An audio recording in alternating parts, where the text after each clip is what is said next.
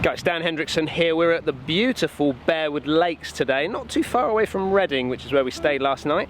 Today we are meeting up with Peter Finch. I've met Pete on one occasion before when we were up at Sunningdale in the Sunningdale foursomes, and we sort of chatted up there about having the opportunity to play a game against each other, and today is that day. So I thought whilst we were playing the front nine here at Bearwood Lakes, we'd have a little chat with him, do a little interview and see what he's been up to. Let's go meet up with Pete and have a little game.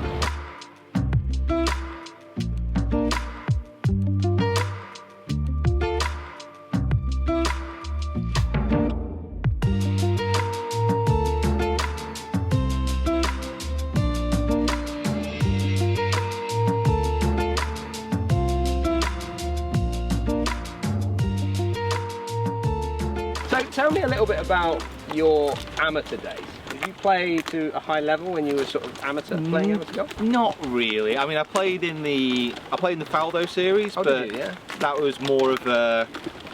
So basically, if you didn't have quite a low enough handicap to get in the Faldo series, they held like a series of qualifying events. Yeah.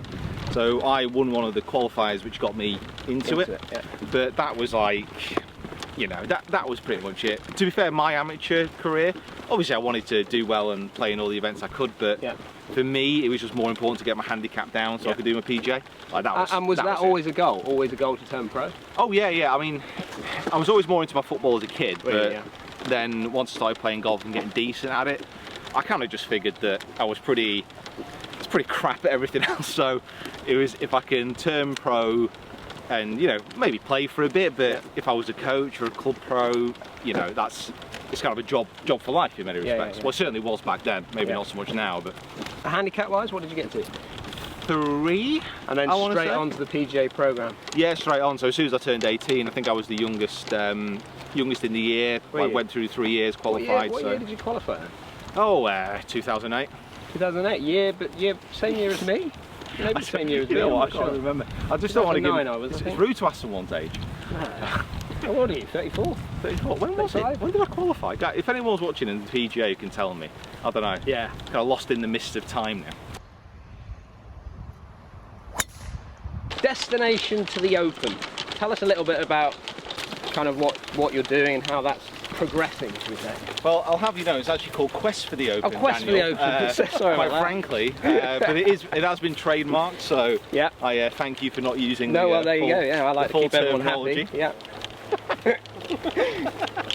It's going alright. I think this year's been, like for many people, just hard, very confusing. So I started late last year, doing a lot more training, a lot more practicing, and not so much filming it. Yeah. So actually just focusing a little bit more, and it had been going very well. And like March this year, I was hitting the ball better than I ever have done. Yeah.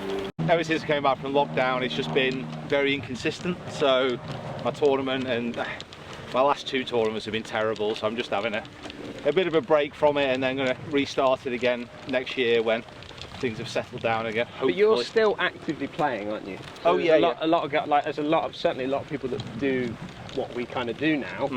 They stop playing, don't they? Stop competing.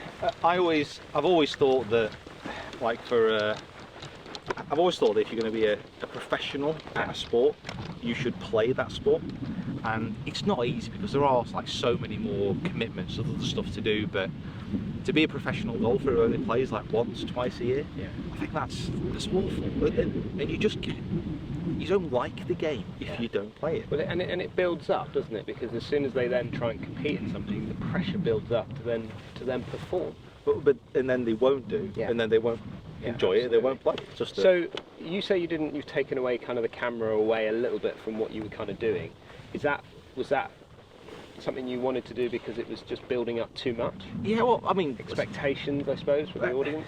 Not so much. It's more. Well, you now know kind of with the stuff you've been doing as well. When you're out filming, there's a bit of a difference between filming and then competing. Yeah, absolutely. Yeah. Because you know, when you're out here, especially like during this COVID era, when generally filming on our own, you're running around, you're putting different cameras down, and you're not focused on your golf, and you can't practice and you can't train properly if that's the way you're approaching things. So to actually leave the camera off and to practice,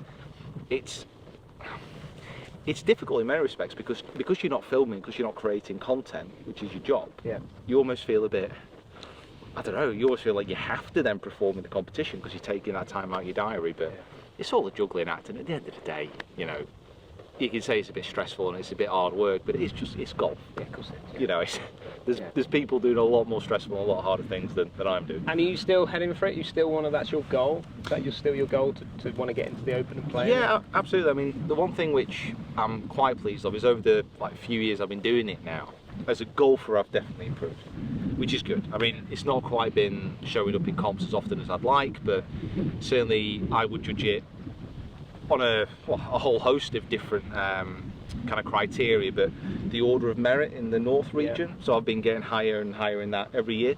Now for me that's a sign of that consistency over the years. Because it's a good quality golf. Oh, there's some proper good players that play in these regional events. Well, there's a lot of now just like tour pros, basically, Yeah. playing in them. So to actually compete against those guys is great. I mean, it makes me a better golfer as a result as well.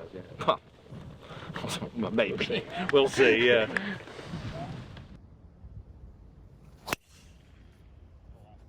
So going from pro to then switching on a camera, what was it? What made you kind of go through that process, should we say, of shifting over to the YouTube world or social media world? It was just simple, Dan. It was just a cold hard cash. Yeah. When I was at Trafford, Rick Shields was there already, and I knew Rick from college. We went to college together, and he'd already been doing YouTube for about 18 months, and his diary was by far the fullest. Right. And that was the one thing he was doing, you know, which was different than everybody.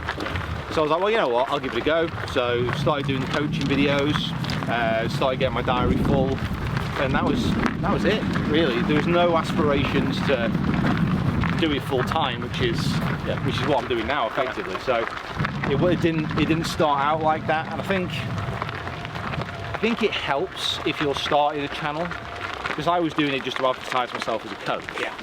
I think it almost helps if you have a goal behind it, rather than just starting a channel to start a channel. Like if you've got like a drive behind it, it gives you ideas for content, it gives you a direction, and that really helped. And now it's weird because, you know, I'm hardly doing any coaching. I mean, a little bit COVID enforced, but it's just gone full circle within 5 years, 6 years now.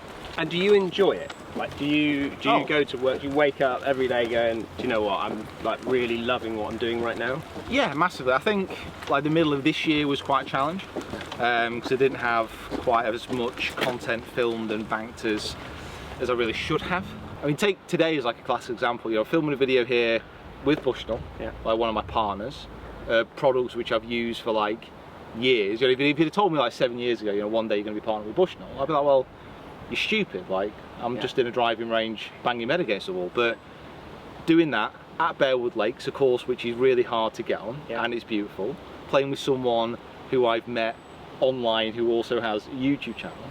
You know, if you told me that 6 years ago, I wouldn't have believed that. 99 yards, little half 50 degree, just behind the pin, bit of spin. Let it, Let it right in the middle of the green. Hit. Got to ask this. Okay. Favourite golf course? Personally, Royal Aberdeen, up in, as you might have guessed it, Aberdeen, which is in Scotland. Never played it. I've never played it, so I can't comment on it. To be fair, the front nine is it's unbelievable. I mean, it hugs the coastline, it's right next to it.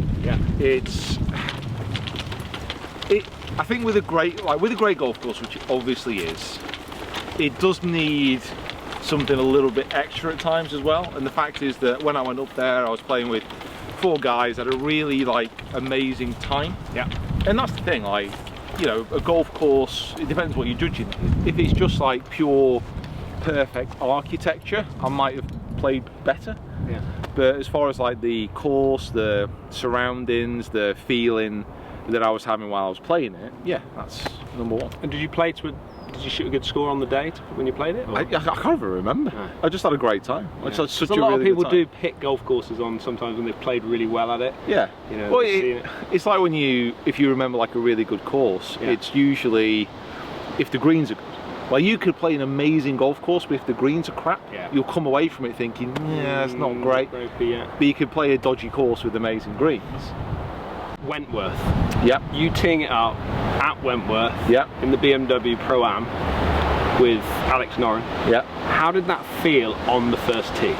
I don't know. I think we'll test Lee's editing skills here. I was myself.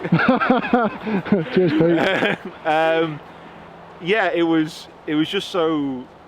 It was weird because we played the 18th and they had the grandstands up there, and like got a great up and down birdie from the bunker, and I was like really excited. And you leave there, you walk up the hill.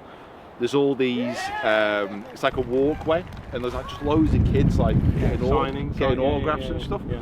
And like walking up there, there's a few people called me over by name, and I signed stuff. And it's all cool. And then Vernon Kay was in front of me, and he started on this line of about 20 school kids. They all knew who he was, and like he signed the first autograph. And then the first kid, who like no idea like what I was doing, like no, like I asked for mine, so I signed it. But then I had to go up the whole row because they all wanted one.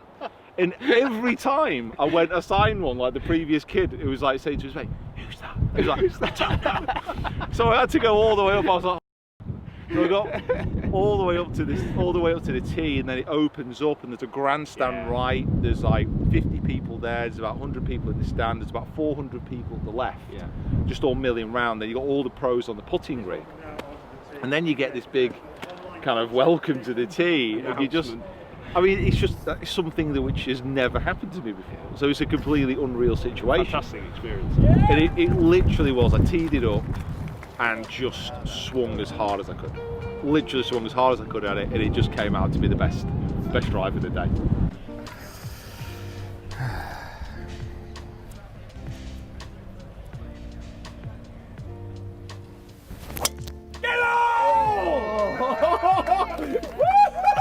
And hold the pose. So there you go, there's our little interview there with Pete Finch. Absolutely brilliant that he's taken the time out to come and have a little chat with us, talking through his career. Obviously I'm trying to follow similar paths as to what he's doing there on the YouTube world, but great to see how he's kind of worked his way through his career and kind of started off just trying to communicate and trying to market himself for golf lessons. I always find it really cool to see a guy sort of start really small, and then as you can see his career has kind of just gone up and up and up as he's going through in the YouTube world. It's a fantastic opportunity for me to play with him, and I'm really, really thankful for Pete for taking the time out to come and speak with us. Don't forget, if you're new to the channel, hit that subscribe button, give us a thumbs up if you like what we're doing. We've got loads more content coming your way, and we look forward to catching up with you again soon.